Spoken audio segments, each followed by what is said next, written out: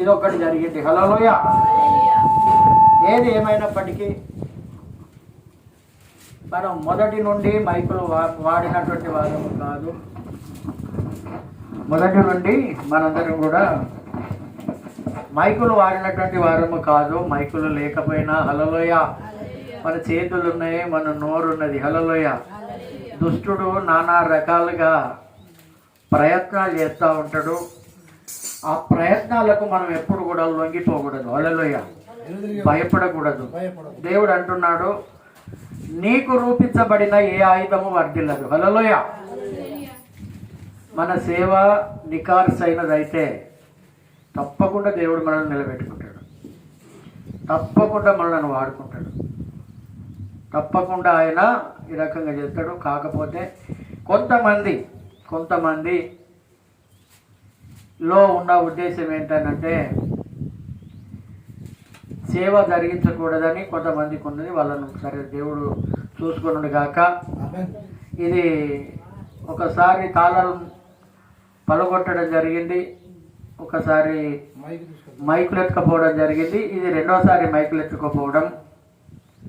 మరి రానున్న దినాలలో మరి మందిరాన్ని కూర్చోరో తెలియదు, మనల్ని కొడతారో తెలియదు, మనల్ని ఎలా కొడతారో కూడా తెలియదు. మరి మనకు కూడా నిబ్బరమైనటువంటి బుద్ధి గల వారమై మనం ఉండాలి. మనం చేసేది దేవుని పని, ఎవరినో ఆశించడం లేదు, ఎక్కడో ప్రాడింగ్ చేయడం లేదు. ఇది దేవుని యొక్క పని. దేవుని పని చేయాలని దేవుడు మరి నన్ను ఎందుకు ఎన్నుకున్నాడో నాకైతే తెలియదు. నేనైతే సేవకు వచ్చేవాడిని కాదు, మీకు చాలాసార్లు నేను చెప్పాను. ఎందుకంటే నా జీవితం భయంకరమైనటువంటి జీవితం. అలాంటి నన్ను మరి మా గ్రామంలో కూడా మంచి మంచి ఉద్యోగస్తులు ఉన్నారు, మంచి మంచి తెలివి కళ్ళ వాళ్ళు ఉన్నారు, చదివినటువంటి వాళ్ళు ఉన్నారు, మంచి విశ్వాసులు ఉన్నారు. పూర్వకాలంలో నాకంటే ఇంకా భక్తిపరులుగా ఉన్నారు. మరి వాళ్ళందరినీ కాదనుకొని మరి ఏ రీతిగా నన్ను ఈ రకంగా వాడుకోవాలని ఆయన ఆశపడుతున్నాడో నాకు తెలియదు. కానీ మీరు కూడా ప్రార్థన చేయండి. మరి ఎందుకు ఈ రకంగా జరుగుతూ ఉన్నది? మరి దుష్టుడు అనేక రకాలుగా దాడి చేస్తాడన్న సంగతి మనకు తెలుసు. దావీదు జీవితంలో కూడా చాలా సంఘటనలు అనేక రీతులుగా అతనికి కూడా అవమానాలు జరిగాయి, హేళనలు జరిగాయి. సొంత భార్య ఆయనను హీనపరిచాది.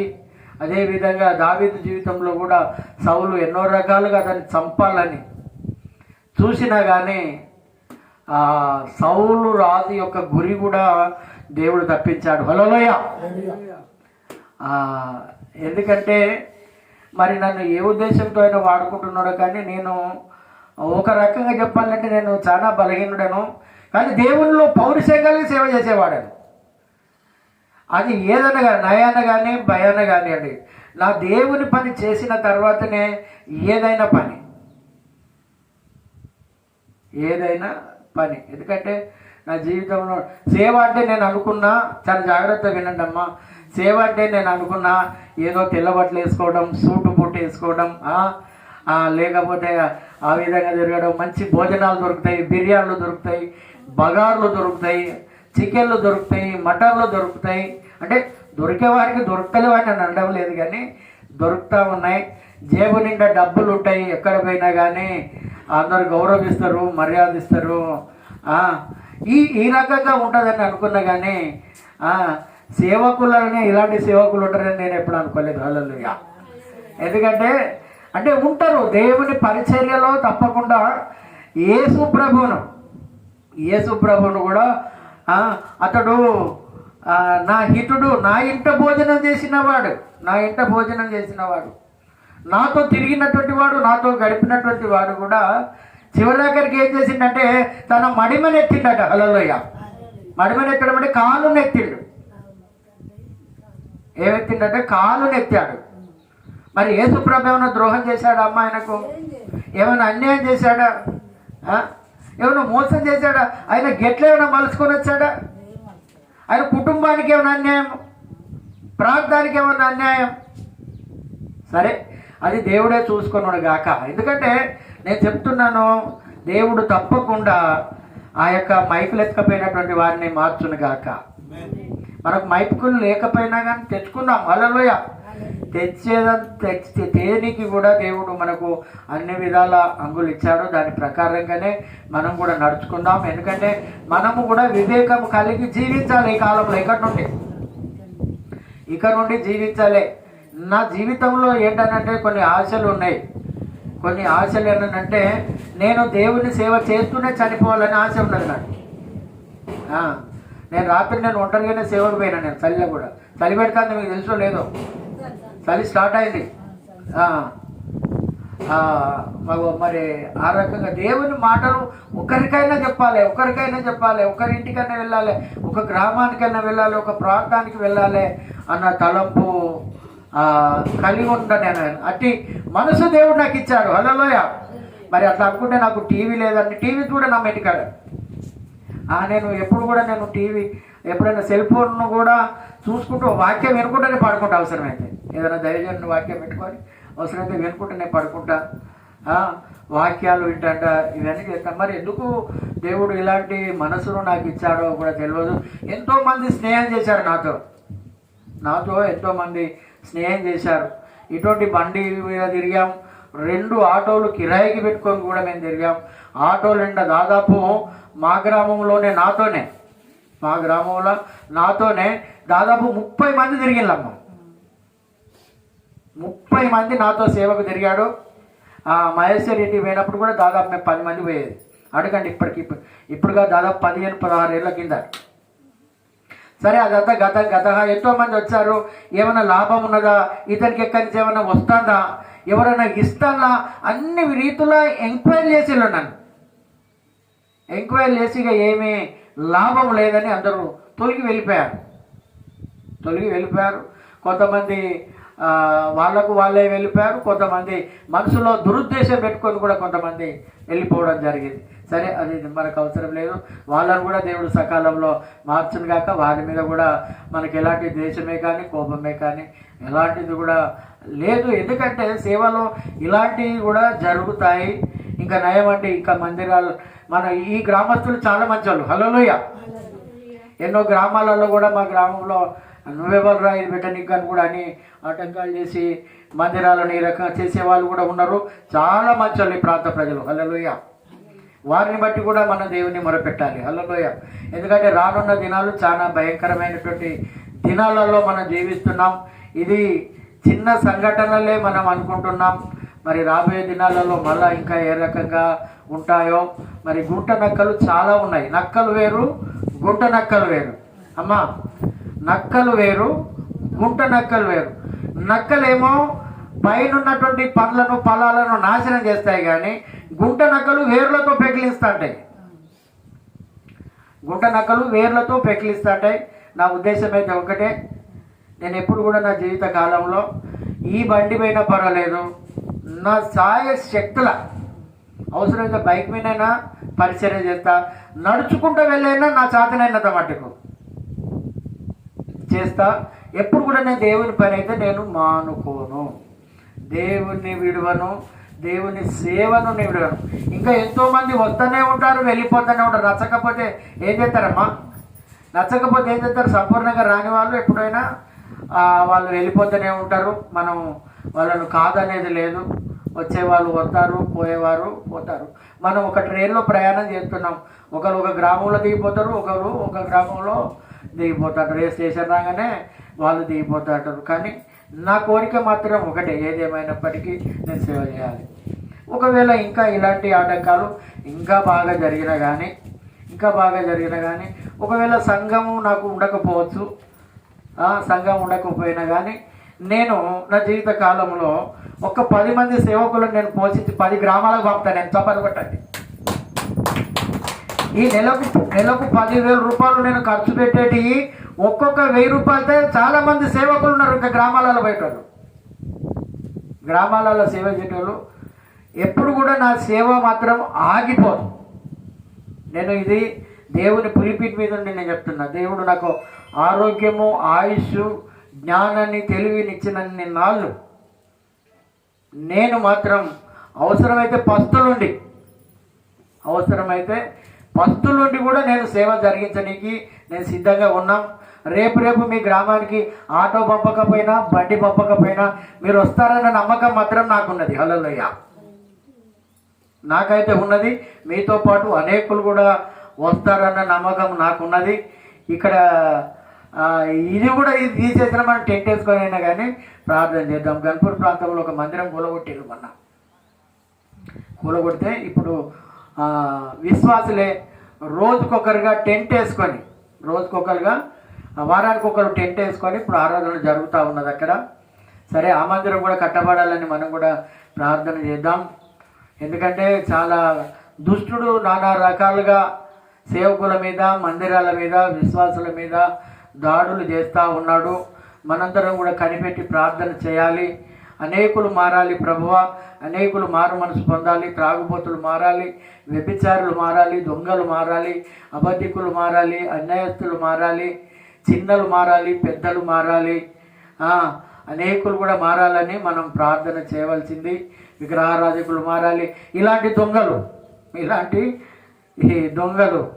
ఇదేదో పెద్దవి కాదు, కానీ కాకపోతే నేనైతే నిజంగానే నమ్ముతున్నా మన సేవ నడవద్దని ఇదంతా చేసినటువంటి ఒక కుట్ర. సరే, ఏదేమైనప్పటికీ కానీ దేవుడు తప్పకుండా నడిపిస్తాడు. మనం కూడా దానికి అనుకూలంగా 2 బ్యాగులు ఏర్పాటు చేసుకొని ఆ బండి మీద కట్టుకొని అవే మైకులను ఎప్పటికప్పుడు డిస్పాచ్ చేసుకుంటూనైనా వెళ్ళిపోదాం. ఒక అర్ధగంట లేట్ అయినా పర్వాలేదు. ఇక ఇక్కడ పెట్టద్దు ఇక మనం. ఎందుకంటే మనము అది చేయడం అవసరం లేదు. ఇంకా రానున్న దినాలు ఇంకా ఏ రకంగా ఉంటాయో తెలియదు. మనం చిన్న వస్తువు అనుకుంటాం, కానీ ఈరోజు కాలేరు కొట్టిళ్ళు మనకు. మొన్న కూడా కాలేరు కొట్టారు. మరి అన్నీ దృష్టిలో పెట్టుకొని మనందరం కూడా సేవలో, దేవుని పనిలో మనందరం ఏం చేయాలంటే మన నడుములు కట్టుకోవాలట. మన నడుములు కట్టుకోవాలి. నడుములు కట్టుకొని దీపములు ఎప్పుడు కూడా వెలుగుచుండనియాలట. హల్లెలూయా. లూకాసు వార్తలో ఒక మాట రాశాడు. ఆ మాట మనం చూసుకుందాం. లూకాసు వార్తలో ఒక మాట 12వ అధ్యాయం 35వ వచనం. మీ నడుములు కట్టుకొని ఉండుడి, మీ దీపములు వెలుగుచుండనీయుడి. తమ ప్రభువు పెండ్లి విందు నుండి వచ్చి కట్టగానే అతనికి తలుపు తీయుటకు అతడు ఎప్పుడు వచ్చునో అని అతని కొరకు ఎదురు చూసు మనుషుల వలె ఉండుడి. హల్లెలూయా. ఎంత మంచి మాట మాట్లాడుతున్నాడు అంటే మనం ఏ రకంగా ఉండాలనంటే, అమ్మా మీరు బైబిల్ వాక్యాలు విజయక్క చాలా జాగ్రత్తగా వినండి. అయితే కిందికి చూడద్దు. మనం కిందికి చూసే వాళ్ళగా దొంగతనం చేసినోడే కిందికి చూడాలి, తప్పు చేసినోడే కిందికి చూడాలి. మనం ఏం తప్పు చేసినా కిందికి చూడాలి, పైకి చూడాలి. హల్లెలూయా. దేవుడు అన్నాడు, నువ్వు సత్క్రియ చేసిన ఎడల తలనెత్తుకున్నవా. మనం తలనెత్తుకునేటువంటి వాళ్ళం, తల దించుకునేటువంటి వాళ్ళం కాదు. నెహెమ్యా కాలంలో ఈ విధంగానే మందిరం కడతా ఉంటే ఆటంకాలు జరుగుతూ ఉంటే, ఇటు వినండి, ఆటంకాలు జరుగుతూ ఉంటే ఒక పక్క దివిటీలు పట్టుకొని, ఒక పక్క ఆయుధాలు పట్టుకొని వాళ్ళు మందిరం కట్టడం స్టార్ట్ చేసిళ్ళు వాళ్ళు. హల్లెలూయా. మందిరము కట్టడం స్టార్ట్ చేసారు. మనం కూడా అట్లా ఉండాలి. మన నడుములు కట్టుకోవాలి. మనం ఒక పాట అన్నలు రాసిన పాట, కొంగు నడుముకు చుట్టవే చెల్లమ్మ, బైబుల్ చేత పట్టవే చెల్లమ్మ. హల్లెలూయా. మనము కూడా అంత తెలివిగా ఉండాలి. ఇప్పుడు తోడేళ్ల మధ్యకు గొర్రె పిల్లను పంపినట్టు నేను మిమ్మల్ని పంపుతున్నాను. తోడేళ్ళు అవి చీల్స్గా తింటాయి, గుంట నక్కలు అవి చీల్స్గా తింటాయి. అయినా ఏం కాదు. హల్లెలూయా. అయినా ఏం కాదు. దేవుడు మనకిచ్చిన కాడికి మనం పరిపుష్టిగానే ఉన్నాం, పరిపూర్ణంగానే ఉన్నాం. ఎవరి ప్రమేయం లేకుండా ఇప్పుడు సేవ నడుతున్నది. ఎవరు కూడా మనకు 5 పైసలు గాతురుగా ఇచ్చేది లేదు. అమ్మా చాలా జాగ్రత్తగా వినండి. ఎవ్వరు కూడా దాతృత్వంగా ఇది సేవ జరిగించండి, ఈరోజు నేను సేవకి ఇస్తున్నాను మీరు పోండి వెళ్ళండి అని ఎవరు కూడా అనడం లేదు. ఇది దేవుని యొక్క పని కనుక దేవుని యొక్క పనికి నేను కట్టుబడి ఉన్నాను. మరి ఎందుకు అలాంటి మనసు ఇచ్చిండో నాకైతే తెలియదు. మరి ఆ రకంగా మరి వాళ్ళు మందిరం కట్టినప్పుడు ఆయుధాలు చేత పట్టుకొని దివిటీలు చేత పట్టుకొని వాళ్ళు మందిరాలు కట్టడం స్టార్ట్ చేస్తే వాళ్ళందరూ నవ్వుతున్నారట. అక్కడ ఆ సందర్భం వచ్చినప్పుడు మరొకసారి మనం చెప్పుకుందాం. కానీ ఒక్క నక్క ఎగిరితే అంతా కూర్చుంది, మీరు అంతా ఇట్లా కడతాలని కూడా ఎగతాలు చేస్తున్నారట పక్కకుండి వాళ్ళు. మరి మనం కూడా అదే పరిస్థితిలో ఉన్నాం. ఈ సందర్భంలో ఇలాంటి సేవలు జరుగుతాయి, మన కుటుంబాలలో కూడా జరుగుతాయి. మన కుటుంబాలలో మాత్రం దొంగతనాలు జరగవా? మన భూమి జాగాల కూడా దొంగతనాలు జరగవా? ఉంటారు. మనకు తెలిసినంత వరకు మన రస్తక్కలో ట్రాక్టర్ ఎత్తుకపోలే. చూడండి ఎంత కుటిలత, మనిషికి కుట్ర ఉంటుందో చూడండి. ఎంత కుట్ర అంటే వీళ్ళు ఎప్పుడు నాశనం చేయాలి. ఎప్పుడు మనుషులు చెడిపోరండి ఎవరు కూడా. దేవుడు చెడగొట్టాలి, మనిషిని దేవుడు చెడగొట్టాలి. గడ్డి అన్నట్టు చెడిపోదు, గాడిద చెడిపోతుంది. అందుకే ఇక్కడ మాట్లాడుతున్నాం మనమాట. ఏం చేయాలట? మీ నడుములు కట్టుకొని ఉండు. మనం కట్టుకొనే ఉండాలి ఎప్పుడు కూడా. ఎప్పుడు ఏ టైమో ఏం కట్టో ఏంటి మనం అనుకుంటాం చూసాలా. ఏంటి ముఖం కడుక్కుంటే ఎప్పుడైనా ఏది దొరికినా తినచ్చు. అదే ముఖం కడుక్కోకపోతే ఏం తినలేము కదా, నాకు టైం పడుతుంది. అందుకే మనం ఏ రకంగా ఉండాలంటే జాగరూకత వహించాలి. వాడట గర్జించు సింహం వలె ఎవరిని మృంగుదనా అని వాడు వెతుకుతూ తిరుగుతున్నాడట. వాడు ఏ కుటుంబాన్ని నాశనం చేయాలి, ఏ సంఘాన్ని నాశనం చేయాలి, ఏ బిడ్డను నాశనం చేయాలి, ఏ బిడ్డను తప్పించాలి. హల్లెలూయా. అది ఎప్పటి నుంచో తప్పిస్తూ ఉన్నది. ఎంతోమంది వస్తున్నారు, వెళ్ళిపోతున్నారు. ఇలాంటి ఆటంకాలు కూడా చాలా జరుగుతూ ఉన్నాయి. అది ప్రభు చిత్తం, అది ఆయనకే వదిలిపెట్టాము. ఎందుకంటే ఆయన అంటున్నాడు, అది నాకు వదిలేయండి. హల్లెలూయా. ఆ పగ తీర్చుట నా పని, నాకు వదిలేయండి అని చెప్తున్నాడు. ప్రియ దేవుని బిడ్డలారా, మనం కూడా ఇప్పుడు దేని గురించి కూడా బాధపడవలసినటువంటి పని లేదు. మీ నడుములు కట్టుకొని ఉండు, మీ దీపములు వెలుగుచుండనీయుడి.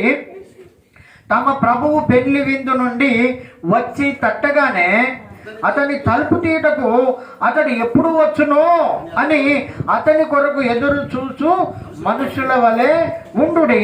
ప్రభువు వచ్చి ఏ దాసులు మెలకుగా ఉండుట కనుకొనో ఆ దాసులు ధన్యులు.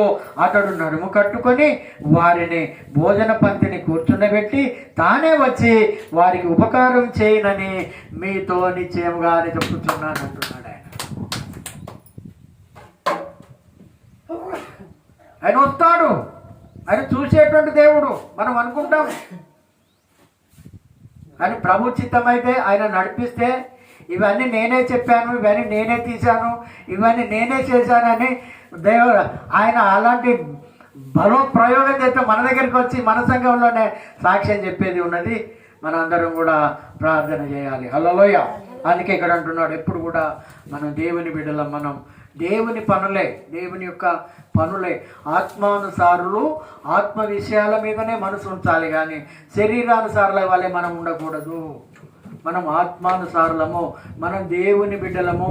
దేవుని పని గురించే ఆలోచించాలి, దేవుని గురించే ఆలోచించాలి. దేవుని పని ఎప్పుడు కూడా అంటున్నాడు, ఎవడైనా దేవుని పనిని పాడు చేస్తే నేను వాణ్ణి పాడు చేస్తున్నా అంటున్నాడు ఇక్కడ. హల్లెలూయా. దేవుని ఆలయమును ఎవడైతే పాడు చేస్తాడో, హల్లెలూయా. కొరింథీయులకు రాసిన పత్రిక 3వ అధ్యాయంలో ఉంటుంది, ఒకసారి చదువుకుందాం. నేను దేవుని ఆలయమై ఉన్నాననియు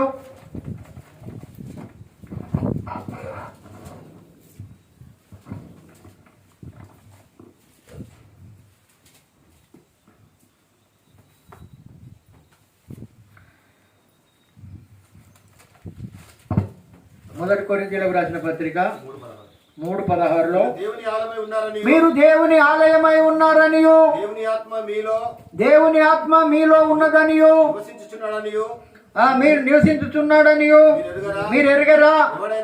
ఎవడైనను దేవుని ఆలయమును పాడు చేసిన ఎడల దేవుడు వానిని పాడు చేయనని మాట్లాడుతున్నాడు ఇక్కడ. ఇది ఎప్పుడు కూడా వట్టిగానే పోదమ్మా. ఇది వ్యక్తిగతం కాదు, లేకుంటే కక్ష కార్పుణ్యాలతో చేసిందో అది ఏ రకంగా చేసిందో మనకు తెలియదు. కానీ మొత్తం మీద ఆ సర్వశక్తిని పై మనం ఆ భారం వేద్దాం. మనం హల్లెలూయా. ఎప్పుడు కూడా మనం దేవుని పక్షాన మనం నిలబడేటువంటి వారంగా ఉందాం. ఇక మనం కీర్తనకారుడు రాసినటువంటి 145వ మాటను మనం చదువుకుందాం. 119వ కీర్తనలో, యెహోవా హృదయపూర్వకముగా నేను మొరపెట్టుచున్నాను, నేను నీ కట్టడలను గైకొనున్నట్లు నాకు ఉత్తరమేమో. హల్లెలూయా. ఎప్పుడు కూడా మనం ఏం చేయాలంటే హృదయపూర్వకంగా మొరపెట్టాలి. హృదయపూర్వకంగా, బలవంతంగా కాదు. అంటే హృదయపూర్వకంగా అంటే పూర్ణ మనస్సుతో. అందుకే అంటున్నాడు, నా పూర్ణ మనసుతో ఆరాధింతున్, నా పూర్ణ బలముతో సేవించేదన్. గనుక ఆరాధన యేసయ్యా, ఆరాధన ఓ యేసయ్యా, ఆరాధన యేసయ్యా, ఆరాధన. హల్లెలూయా. పూర్ణ హృదయం అంటే హృదయపూర్వకముగా, హృదయాన్ని అంటే మొత్తం మన హృదయాన్ని ఆయనకి ఇచ్చేయాలి. మనలో ఏది దాచుకోకుండా హృదయపూర్వకముగా నేను మొరపెట్టుచున్నాను. హల్లెలూయా. నిజంగానండి, ప్రార్థన చేస్తున్నాం కానీ ఏదో మొక్కుబడిగా చేయాలి కాబట్టి చేస్తున్నాం అన్నట్టుగా మనం చేస్తున్నాం. కానీ హృదయపూర్వకంగా మనం దేవుణ్ణి ఆరాధించడం లేదు, హృదయపూర్వకంగా దేవుణ్ణి స్తుతించడం లేదు. ఏదో ఇలా ఆదివారం కాబట్టి ఆదివారం పోవాలి. మనం దేవునికి ఎప్పుడు కూడా సరెండర్ అయినటువంటి వాళ్ళముగా మనం ఉండాలి, దేవునికి కట్టుబడేటువంటి వాళ్ళముగా మనం ఉండాలి. అందుకే ఇక్కడ అంటున్నాడు, హృదయపూర్వకముగా నేను మొరపెట్టుచున్నాను, నీ కట్టడలను నేను గైకొనున్నట్లు నాకు ఉత్తరం. హృదయపూర్వకంగా ఎప్పుడైతే ఎవరైతే మొరపెడతారో, మొరపెట్టుచున్నాను, మొరపెట్టాలి. హృదయపూర్వకంగా మనం ఎప్పుడైతే మనం మొరపెడతామో, హృదయపూర్వకంగా ఆయనకి ఎప్పుడైతే మనము మొరపెడతామో, హృదయపూర్వకంగా అంటే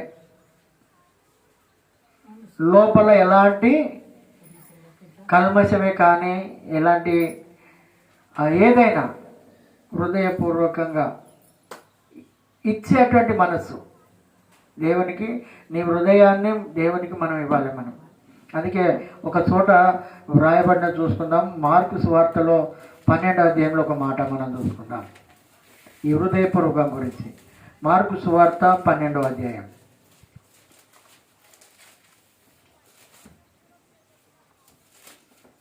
28వ వచనం నుండి కొన్ని చదువుకుందాం.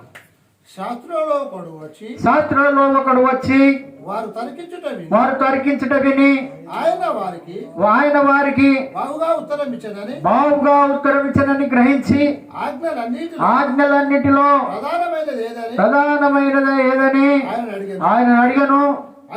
అందుకు యేసు ప్రధానమైనది ఏదనగా, ఓ ఇజ్రాయేలు వినుము, మన దేవుడైన ప్రభువు అద్వితీయ ప్రభువు నీవు నీ పూర్ణ హృదయముతోను, నీ పూర్ణాత్మతోను, నీ పూర్ణ వివేకముతోను, నీ పూర్ణ బలముతోను నీ దేవుడైన ప్రభువును ప్రేమింపవలనది ప్రధానమైన ఆజ్ఞ. తప్పని కొడతాం గట్టిగా. ఎప్పుడు కూడా దేవునికి పూర్ణం పూర్ణం సంపూర్ణమైనదే చేయాలి. హల్లెలూయా. సంపూర్ణమైన నీ చిత్తమే, హల్లెలూయా, మైన సంకల్పమే నడిపించుతున్నావు నీవేగా, ఆ ధైర్యము నీవేగా.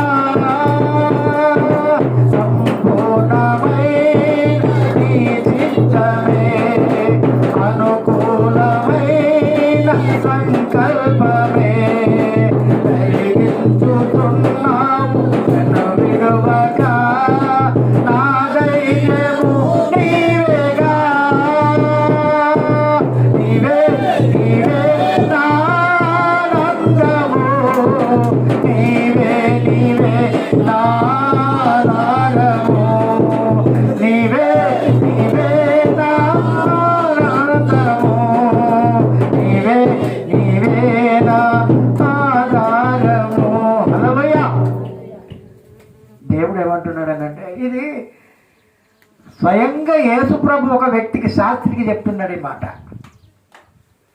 శాస్త్రులు అంటే తెలివి కళ్ళటువంటి వాళ్ళు.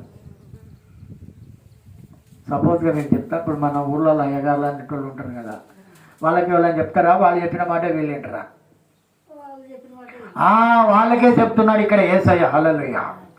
శాస్త్రి అక్కడికి వచ్చి అంటున్నాడట, వారు తర్కించడం విని ఆయన వారికి బహుగా ఉత్తరం ఇచ్చనని గ్రహించి ఆజ్ఞలన్నిటిలో ప్రధానమైనది ఏదని ఆయనను అడిగాను. అప్పుడు అందుకు యేసు ప్రధానమైనది ఏదనగా, ఓ ఇజ్రాయేలు వినుము, మన దేవుడైనటువంటి ప్రభువు అద్వితీయ ప్రభువు. నీవు నీ పూర్ణ హృదయముతోను, నీ పూర్ణ ఆత్మతోను, నీ పూర్ణ వివేకముతోను, నీ పూర్ణ బలముతోను నీ దేవుడైనటువంటి ప్రభువును ప్రేమింపవలెను. హల్లెలూయా. ప్రేమింపవలెనని,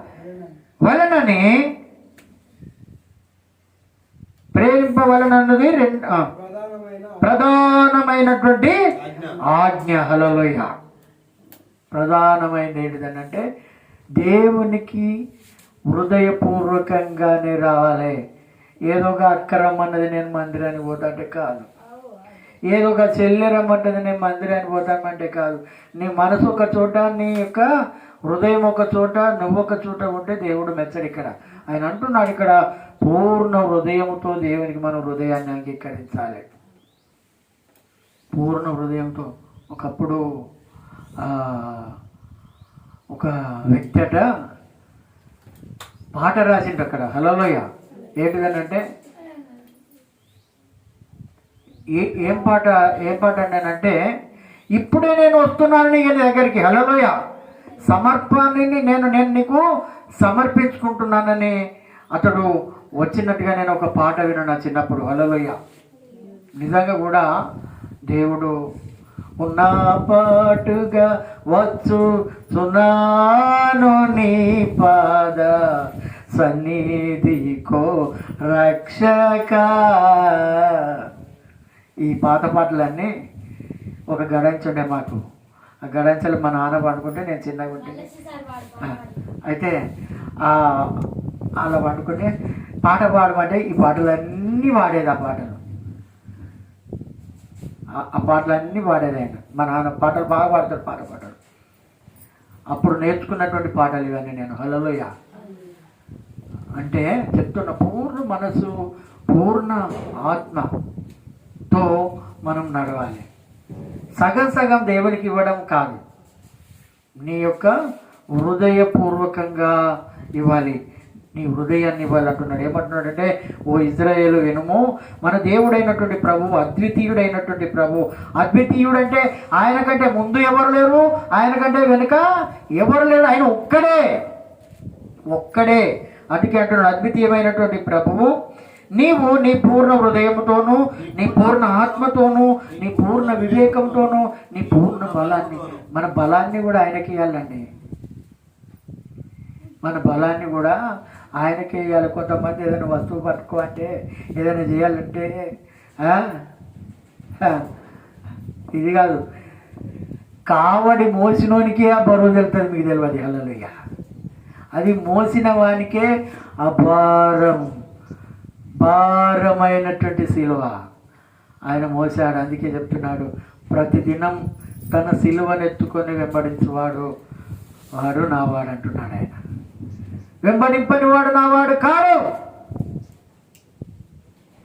అందుకే అంటున్నాడు ఆయన, పూర్ణ బలం, పూర్ణ శక్తిని మనస్ఫూర్తిగా మన హృదయపూర్వకంగా దేవునికి ఇవ్వాలి. హల్లెలూయా.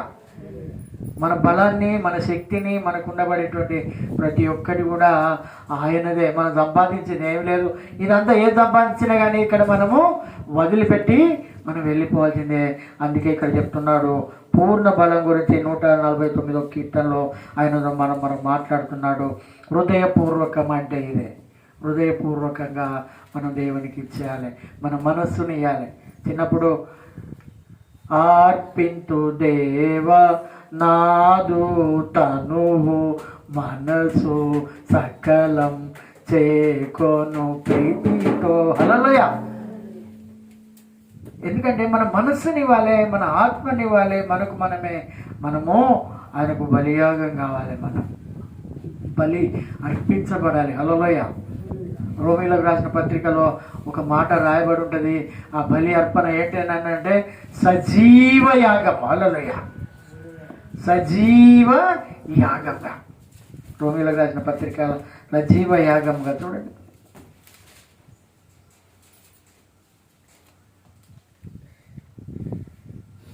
12వ అధ్యాయం మొదటి వచనం. కాబట్టి సహోదరులారా, పరిశుద్ధమును దేవునికి అనుకూలములైన, దేవునికి అనుకూలం ఏంటో తెలుసా? దేవునికి అనుకూలంగా ఏంటంటే మనకు మనమే సమర్పించుకోవడం. మనకు మనమే సజీవ యాగం అని అంటే, అక్కడ వినండి, సజీవ యాగం అంటే కొంతకాలం క్రితం, అంటే మేము చూడలేదు కానీ మేము చదువుకున్నటువంటి పాఠ్య భాగాలలో కూడా ఇలాంటివి ఉన్నవి. ఏంటిదనంటే భర్త చనిపోతే భార్యను కూడా, బ్రతుకున్నటువంటి భార్యను కూడా ఆమె చిత్తులో పెట్టి కాలబెట్టేది.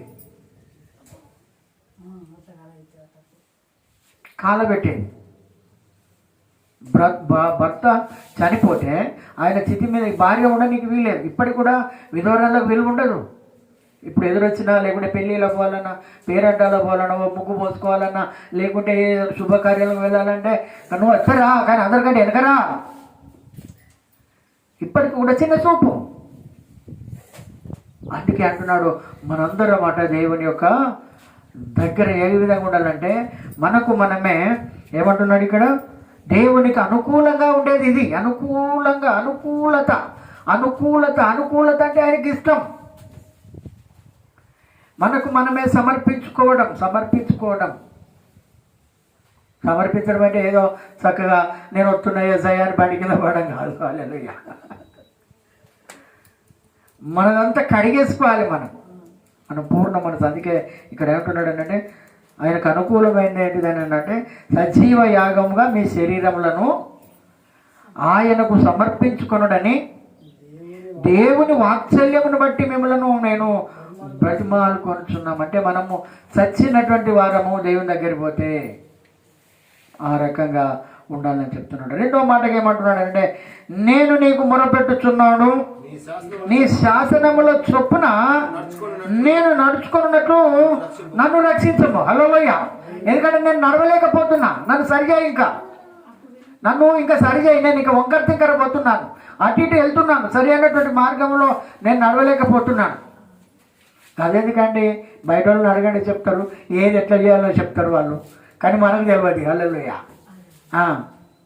గిది ఇట్లా చేయాలి, గీడ గిన్నె పెట్టాలి, గీడ గిన్నె కొట్టాలని చెప్తారు వాళ్ళు. అంటే చెప్తున్నాడు ఇక్కడ ఏమంటున్నాడు అని అంటే, రెండో మాటలు అంటున్నాడు ఇక్కడ, నన్ను రక్షించుము, నేను అటు ఇటు తొలగిపోకుండా, అటు ఇటు పడిపోకుండా నన్ను రక్షించుము, నీ శాసనం చొప్పున నేను నడువాలి. మన నడకన కూడా అది ఉంటుందమ్మ. మన నడకను బట్టి కూడా మనిషి ఇలాంటి వాడు చెప్తారు. చాలా నడకలు ఉన్నాయి భూమి మీద, చాలా విధములైనటువంటి నడకలు ఉన్నాయి. అందుకే ఇక్కడ చెప్తున్నాడు, ఇక్కడ 140లో తెల్లవారక మునిపే మొర్రపెట్టి తిని నీ మాటల మీద నేను ఆశ పెట్టుకొని ఉన్నాను. హల్లెలూయ. ఎప్పటి వరకట? తెల్లవారక మునిపే. ఎప్పుడట? అక్కలు చూడండి, నేను ఎప్పుడు ప్రార్థన చేయాలట? తెల్లవారక మునిపే. ఇంకా తెల్లవారక మునిపే మనము వేకువజామునే లేచి ప్రార్థన చేయాలి మనం. అందుకే ఇక్కడ చెప్తున్నాడు, యోవేలు గ్రంథంలో మాట్లాడుతున్నాడు, రేయి మొదటి జామున లేచి మొరపెట్టుము. రేయి మొదటి జామున లేచి మొరపెట్టుము. అది ఏ రకంగా మొరపెట్టాలి అని అంటే అది కూడా చెప్తున్నాడు. పెనిమిటి పోయిన యవ్వనస్తురాలు ఏ రకంగానైతే మొరపెడుతుందో, పెనిమిటి పోయిన యవ్వనస్తురాలు ఎట్లయితే తెలుసు కదా. ఇక నువ్వే నాకు దిక్కు, ఇప్పుడు నా పరిస్థితి ఏంటి, నా జీవితం ఏంటి, నా బ్రతికేంది, ఎందుకు నాకు ఇట్లా చేసావని అంత హృదయపూర్వకంగా ఏడుతుంది. ఆ రకంగా ఏడవాలి. అందుకే ఇక్కడ అంటున్నాడు, తెల్లవారక మునిపే మొరపెట్టి తిని నీ మాటల మీద నేను ఆశ పెట్టుకును. తెల్లవారక మునిపే. ఇంకో చోట ఏమని రాయబడినదంటే, మన దేవుని దగ్గర ఏడ్చేటువంటి ఏడుపు, దేవుని దగ్గర ఏదో మన కష్టాలను చూసి, మన బాధలను చూసి, మన సమస్యలను చూసి ఏడవడం కాదు. ఆయన సిలువ మీద, సిలువ రాను మీద ఆయన చనిపోయిన దాన్ని బట్టి, ఆయన సిలువను మోసే దాన్ని బట్టి, కొరడా దెబ్బలను బట్టి, ముళ్ళ కిరీటాన్ని బట్టి, మనం ఆ మేకులను బట్టి మనం ఏడవాలి. అందుకే చెప్తున్నాడు ఇక్కడ రేయి మొదటి జామున. ఇర్మియాలో రాస్తున్నాడు, ఏమంటున్నాడు అని అంటే, ఇర్మియా గ్రంథంలో మాట్లాడుతున్నాడు ఆయన. ఎలాంటి ఏడుపంటే, ఏక కుమారుడు కనుక చనిపోతే తండ్రి ఏ రకంగా ఏడతాడు? ఒక్కడే కొడుకున్నాడు, ఆ కొడుకు కూడా పోయాడు, తండ్రి ఏమని ఏడతాడు?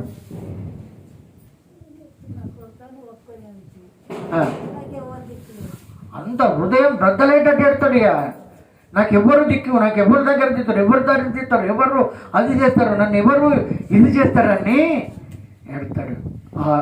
మనం కూడా దేవుని దగ్గర గట్ల ఏడిస్తేనే అంటున్నాడు ఇక్కడ, ఆ విధంగా నేను మొరపెడుతున్నాను నీ దగ్గర అంటున్నాను ఇక్కడ. ఆ విధంగా మనం దేవుని దగ్గర మొరపెట్టుకోవాలి. హల్లెలూయా. తెల్లవారక మునిపే, తెల్లవారక మునిపే. యేసుప్రభుట ఇంకా చీకటిగా ఉన్నప్పుడే ఆయన కొండకు వెళ్ళి ప్రార్థన చేసేటువంటి వాడట. ఇంకా చీకటిగా ఉన్నప్పుడే. మార్క్స్ వార్త 1:35 మాట్లాడుతున్నాడు. 1:30. ఇంకా చీకటిగా ఉన్నప్పుడే ఇంకా ఆయన పోయి ఇలాంటి గుట్ట మీదకి వచ్చి ప్రార్థన చేసేది ఆయన దేవుడు. అందుకే ఇక్కడ చెప్తున్నాడు 148లో అంటున్నాడు, నీవిచ్చిన వాక్యమును నేను ధ్యానించుటకై నా కన్నులు రాత్రి జాములు కాక మునిపే నేను తెరుచుకుంటున్నాను. హల్లెలూయా. మనము దేవుని యొక్క వాక్యం మీద, దేవుని యొక్క వాక్యాన్ని మనం చదవాలని అంటే, అందుకే దివారాత్రములు దీన్ని ధ్యానించువాడు ధన్యుడు అంటున్నాడు. దివారాత్రములు. అందుకే నా కన్నులు రాత్రి జాములు కాకమునిపే తెరచుకొందును. రాత్రి జాములు కాకముందే నా కన్నులు తెరవబడుతుంది. గుణవంతురాలైనటువంటి స్త్రీ అట, సామెతల గ్రంథం 31లో చెప్తున్నాడు, ఆమె ఇంకా చీకటిగా ఉన్నప్పుడే లేచి తన పనులన్నీ చక్కబెట్టుకుంటుందట. ఇంకా చీకటిగా ఉన్నప్పుడే ఆమె పనులన్నీ చక్కబెట్టుకుంటుందని మాట్లాడుతున్నాడు ఇక్కడ. నీవిచ్చిన వాక్యమును నేను ధ్యానించుటకై నా కన్నులు రాత్రి జాములు కాకముందే తెరుచుకొందును. నీ కృపను బట్టి నా మొర ఆలకింపుము. యెహోవా నీ వాక్య విధులను బట్టి నన్ను బ్రతికింపుమంటున్నాడు. హల్లెలూయా. నీ కృపను బట్టి నా మొర ఆలకించుము. యెహోవా నీ వాక్య విధులను బట్టి నన్ను బ్రతికించుము. వాక్యమే మనల్ని బ్రతికిస్తుందమ్మా. వాక్యమే మనకు సపోర్టు. వాక్యమే దేవుడు మనకు. హల్లెలూయా. అందుకే అంటున్నాడు, దుష్కార్యములు చేయవారును నీ ధర్మశాస్త్రమును త్రోసివేయవారును నా యొద్దకు సమీపించుతున్నారు. హల్లెలూయా. దుష్కార్యములు చేయటువంటి వాళ్ళట, దుర్మార్గులు కూడా, నీ ధర్మశాస్త్రమును నమ్మనటువంటి వాళ్ళు కూడా నా యొద్దకు సమీపించి ఉన్నారు అని మాట్లాడుతున్నాడు. వాళ్ళు కూడా వచ్చేది ఉన్నది. చప్పలు కొట్టండి. హల్లెలూయా. వస్తారండి. ఎప్పుడు కూడా మన ప్రయాసం వ్యర్థం కాదు, మన ప్రయత్నం వ్యర్థం కాదు, మన ప్రయాసం ఎన్నడూ కూడా అరణ్య రోజున కాదు. ఇది దేవుని పనిది. హల్లెలూయా. అందుకే చెప్తున్నాడు, యెహోవా నీవు సమీపముగా ఉన్నావు, నీ ఆజ్ఞలన్నీ కూడా సత్యమైనవి. హల్లెలూయా. అందుకే అంటున్నాడు, కొంతమంది అంటున్నాడు, నేను సమీపంలో ఉండే దేవుడిని కాదా, నేను దూరమున ఉండు దేవుడనా, నేను సమీపమున ఉండు దేవుడును కాడా అని ఇంకొక అధ్యాయంలో రాయించి పెట్టాడు. అందుకే ఇక్కడ అంటున్నాడు, ఏమంటున్నాడు అంటే, నీవు సమీపముగా ఉన్నావు, నీ ఆజ్ఞలన్నీ కూడా సత్యమైనవి. దేవుని యొక్క ఆజ్ఞలన్నీ కూడా సత్యమైనవి. అవి ఎప్పుడు కూడా చెరిగిపోవేవి. ఇవన్నీ సత్యమైనయనే చాలామందికి మింగుడు పడతలేదు. ఇప్పటికీ కూడా అన్ని బైబిల్ మీద దేవుని మీద చాలామంది ఇప్పుడు బురద చల్లుతున్నారు. చాలామంది సేవకుల మీద, విశ్వాసుల మీద అనేక రకాలుగా నిందలు, అవమానాలు, హేళనలు, దూషణలు ఒక రకంగా చూస్తూ అంటారు. ఒక రకంగా చూస్తూ అంటారు, లేకుంటే ఒక రకంగా మన గురించి మాట్లాడుకుంటూ అంటారు, చెడుగా మాట్లాడుతూ అంటారు. ఏదో తప్పులు చేస్తున్నారు, ఏదో పొరపాటు చేస్తున్నారు, వీళ్ళకి ఎక్కడి నుంచో వస్తుంది, ఏదో వస్తుంది, ఏదో అని నానా రకాలుగా వాళ్ళు అన్నీ కూడా ఈ రకంగా అనుకునేటువంటి వాళ్ళు కూడా వాళ్ళు ఉన్నారు. అందుకే ఇక్కడ ఏమంటున్నాడు అంటే, అలాంటి వాళ్ళు సమీపంగా ఉన్నారు, నీ ఆజ్ఞలన్నీ కూడా సత్యమైనవి. ఆయన సత్యవంతుడు కనుక, ఆయన న్యాయవంతుడు కనుక ఆయనకు అన్నీ కూడా ఇలాంటివి జరుగుతూ ఉంటాయి. హల్లెలూయా. మన కుటుంబాలలోనే కానీ, మన జీవితాలలోనే కానీ మనం ఎంత నోరు మూసుకుంటామో అంత మీదకి వస్తుంటారు వాళ్ళు. మనం ఎంత నిమ్మలంగా ఎవరి జోలికి పోకుండా కానీ బురద రాసి మీరదానికి ప్రయత్నం చేస్తుంటారు. మనకి ఇంటి దగ్గర కాకుండా, మన బాయికాడ కాకుండా, పొలం కాడ కాకుండా, ఇంకో దగ్గర కాకుండా ఇంకో దగ్గరనైనా మనల్ని ఏం చేస్తారంటే అన్నట్టే ఉంటారు. మళ్ళీ హల్లెలూయా. వాళ్ళు సొమ్మంతా మనం తిన్నట్టుగా అట్లనే ఉంటారు. ఎంతకాలమో చూస్తా, ఎన్ని దినాల్లో చూస్తా, ఎన్ని రోజులు చేస్తావో చూస్తా. హల్లెలూయా. మనుషులతో మాట్లాడినట్టే. కానీ మనం అనుకోవాలి, ప్రభువా నన్ను కాదయ్యా నిన్నంటున్నారు అనుకోవాలి. మనం నన్ను కాదు ప్రభువా నిన్నంటున్నారు. అందుకే ఇక్కడ ఏమంటున్నారు, ఆయన యొక్క ఆజ్ఞలన్నీ కూడా సత్యమైనవి.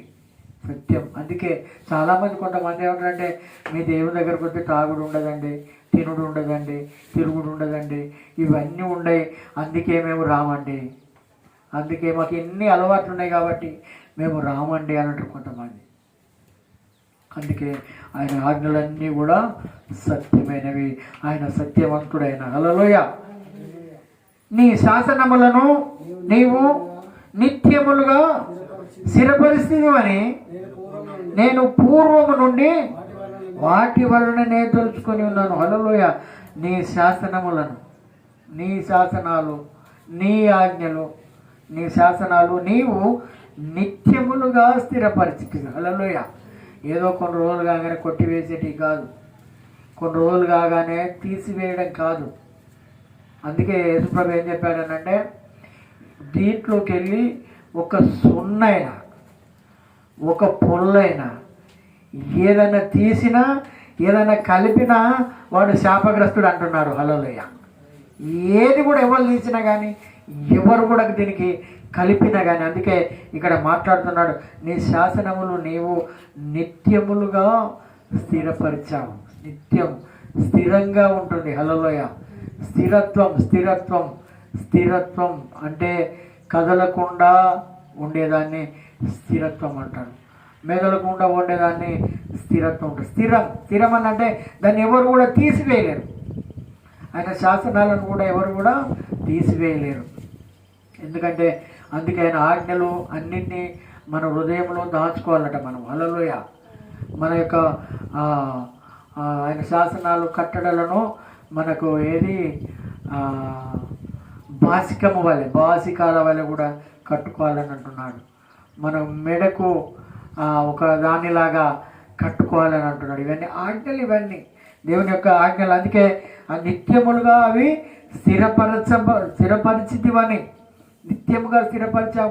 ఈరోజు ఉంటాం, కొన్ని రోజులు కానీ ఇప్పుడు పాతిళ్ళని కొలగొట్టుకొని కొత్త ఇల్లు కట్టుకుంటాను. హల్లెలూయా. చూస్తున్నామా లేదా? ఎందుకంటే కొన్ని రోజులు వాళ్ళు ఉంటారు, అప్పుడు అవి మంచి, ఇప్పుడు ఇవి మంచి. ఇప్పుడు చూడండి, ఎవరు కట్టినా కానీ 2 అంతస్తులు కడతారు. ఎవరు కట్టినా కానీ ఇప్పుడు ఈ కాలంలో 2 అంతస్తులు కడుతున్నారు. ఒకప్పుడు ఎంత పొడుగైనా కానీ 10 రూములు కానీ, 4 రూములు కానీ, 5 రూములు కానీ ఈ రకంగా కట్టుకునే. కానీ ఇప్పుడు అందరికీ నేను కనపడాలి, అందరికీ మేము ఉండాలి, మా ఇల్లు ఈ రకంగా ఉండాలి అని కట్టుకుంటున్నారు. కానీ ఆయన శాసనాలు, ఎప్పుడైతే ఆయన శాసనాలు జారీ చేశాడనుకో, ఆ శాసనాలన్నీ మనము వాటిని మన హృదయముల మీద ఉంచుకోవాలంటే ఆయన మాటలన్నింటినీ, అవన్నింటినీ శాసనాలు అంటున్నాడు ఇక్కడ. శాసనాలన్నీ మన పిల్లలకు నేర్పియాలని అంటున్నాడు. మన పిల్లలకు కూర్చున్నప్పుడు నిలబడి, ఇప్పుడు సెల్ ఫోన్ ఇస్తున్నారు వీళ్ళు. పిల్లలకు సెల్ ఫోన్ ఇచ్చి ఖరాబ్ చేస్తున్నాడు. కానీ ఆయన ఏమంటున్నాడు అంటే ఇవి కాదు మనం నేర్పించేటి వాళ్ళకు. ఇంకా ఇర్మియా గ్రంథకర్త మాట్లాడుతున్నాడు, రోదన శ్రేయు స్త్రీలను కనుగొనాలట. మనం ఇంకా రోధించి ఏడ్చేటువంటి వాళ్ళు ఏదో కంప్యూటర్ కాడ కూర్చుంటాలని కాదు, లేకపోతే ఏదో డాక్టర్లు ఇంజనీర్లను దేవుడు అవసరం లేదంటున్నాడు ఆయన. రోదన చేయు స్త్రీలను కనుగొనాలట, రోదన చేయు విద్యను మనం నేర్పించాలట. వాళ్ళకు రోదన చేసేటువంటి విద్యను నేర్పించాలి. అందుకే ఇక్కడ అంటున్నాడు, శాసనములు నిత్యములుగా స్థిరముగా ఉండేటువంటి వాడు ఆయన, కదలని వాడు. ఆయన శాసనాలు కూడా ఎప్పుడు కూడా స్థిరంగా ఉండేటి ఆయన శాసనాలు. అందుకే ఆయన మాట్లాడుతున్నాడు, ఎప్పుడు కూడా ఆయన శాసనాలు స్థిరంగా ఉండేటువంటి మాటలు అవి. అందుకే ఇక్కడ అంటున్నాడు, నేను పూర్వము నుండి వాటి వలననే తెలుసుకొని ఉన్నాను. పూర్వము నుండి వాటి వలననే నేను తెలుసుకున్నాను, వాటిని తెలుసుకున్నాను. ఆచరించాలి మనం. హల్లెలూయా. అందుకే ఇప్పుడు ఇంతకుముందు నీ వాక్యమే నన్ను బ్రతికించను, అది బాధలలో మనకు నెమ్మదినిస్తుంది. అందుకే ఇక్కడ అంటున్నాడు, పూర్వము నుండి వాటి వలననే నేను తెలుసుకొని ఉన్నాను. తెలుసుకొని ఉండేది ఉన్నది. ఇంకా మనం ఇంకా తెలుసుకోవాలి కూడా మనం. దేవుని యొక్క ఆజ్ఞలు అవి సత్యమైనవి, అవి నిజమైనవి, అవన్నీ కూడా ఉండాలి. అందుకే దేవుని యొక్క శాసనాలు కట్టడాలు మనకు ఈ యొక్క 119వ సంకీర్తనలో అన్ని శాసనాల గురించి, అన్ని కట్టడాల గురించి, అన్ని వాక్యాల గురించే వ్రాయబడి ఉంటుంది. అందుకే ఆయన మాట్లాడుతున్నాడు, నేను పూర్వం నుండి అంటే పురాతన కాలము నుండి వాటి వలననే నేను తెలుసుకున్నాను. ఇప్పుడు ఆ యొక్క వాక్యాలు లేకపోతే మనం స్థిరంగా ఉండేటువంటి వాళ్ళం కాదు. మనం కొన్ని రోజులు ఉంటాం, కొంతకాలం పోతాం, కానీ మనలో ఉన్నటువంటి ఇవన్నీ కూడా ఎప్పుడు పోవు. అందుకే దేవుడు ఏమంటున్నాడు అంటే 2000 సంవత్సరాల క్రితం నుంచి ఇప్పటి వరకు కూడా ఆయన యొక్క మాటలు స్థిరంగా ఉన్నాయి, కదలకుండా ఉన్నాయి. ఎంతోమంది త్రాగుబోతులు మారుతున్నారు, వాక్యాన్ని పట్టుకొని వ్యభిచారులు మారుతున్నారు, దొంగలు మారుతున్నారు, వాళ్ళ ప్రవర్తనను మార్చుకుంటున్నారు, వాళ్ళ కుటుంబాలను సరిదిద్దుకుంటున్నారు, కాపాడుకుంటున్నారు. అన్ని విషయాలలో ఇవన్నీ దేవుని యొక్క మాటలు. ఇవి తెలియనటువంటి వాళ్ళు ఏం చేస్తున్నారు అంటే దేవుని యొక్క మాటలను ఇవన్నీ మనకు వాళ్ళు రివర్స్గా చేసుకొని ఇవన్నిటిని వాళ్ళు ఏం చేస్తున్నారు అంటే మనలను అనేక రకాలుగా చెడు తలంపులతోటి మనల్ని చూస్తున్నారు, చెడు ఆలోచనలతోటి మనం ఎప్పుడు నిందలేయాలి, ఎప్పుడు వీళ్ళ మీద పగ తీర్చుకోవాలి, ఎప్పుడు ఇవన్నీ చేసుకోవాలని దుష్టుడు నానా రకాలుగా మనల్ని హింసిస్తూనే ఉంటాడు. అది ఎప్పటి నుంచి అంటే ఆయన అంటున్నాడు, పూర్వకాలము నుండి నేను వాటి వలననే నేను తెలుసుకొని ఉన్నాను. పూర్వకాలంలో మన పూర్వీకులు కూడా కొంతమంది ఇప్పటికి కూడా కదలన్నటువంటి వాళ్ళు, ఇప్పటికి కూడా చెదిరిపోయినటువంటి వాళ్ళు కూడా చాలామంది ఉన్నారు. ఇప్పుడు దేవుని గురించి చెప్పేది ఏంటంటే దేవుని వాక్యం అంత సత్యమైనది, అంత న్యాయమైనది. నాకు తెలిసినంత వరకు మా ఊర్లో బైబిల్ చదివే వాళ్ళు చాలా తక్కువ. నేను కూడా చూశాను కొంతమందిని బైబిల్ చదివేటప్పుడు నా చిన్నతనంలో కనీసం ఒక 10 మంది కూడా వెళ్ళకపోయేది మా ఊరు లెవెల్లో. కానీ ఇప్పుడు ఊరుకు దాదాపు 80% 90% మంది రాంపూర్లో మారారు. హల్లెలూయా. అవి దేవుడిచ్చినటువంటి శాసనాలను బట్టి, దేవుడిచ్చినటువంటి ఆజ్ఞలను బట్టి వాళ్ళందరూ కూడా మారారు. ఎందుకంటే పూర్వకాలము నుండి ఉన్నటువంటి ఈ మాటలు. అందుకే ఇర్మియా అంటున్నాడు, పురాతనమైనటువంటి మార్గం ఏదో తెలుసుకొని వాటిలో మీరు నడువుడి అని అంటున్నాడు. పురాతనమైనటువంటి మార్గం ఏదంటే ఇది ఒక్కటి. హల్లెలూయా. అన్ని గ్రంథాలు దొరుకుతున్నాయి. మొన్న కూడా ఎస్తేరు గ్రంథం దొరికిందట మన. హల్లెలూయా. 15,000 సంవత్సరాల క్రితం ఎస్తేరు గ్రంథం కూడా ఇప్పటికీ కూడా మొన్న కూడా దొరికిందట. ఎందుకంటే దేవుని యొక్క మాటలు అది మట్టి పూసలు 7 మార్లు కలిగినటువంటి అంత పవిత్రములైన దేవుని యొక్క మాటలు, దేవుని యొక్క ఈ యొక్క ఆజ్ఞలు, దేవుని యొక్క శాసనాలు. హల్లెలూయా. సరే, మంచిది. దేవుడు ఈ కొద్ది మాటలు దీవించును గాక. మనందరం కూడా ప్రార్థన చేసుకుందాం. ఇప్పటికీ సమయం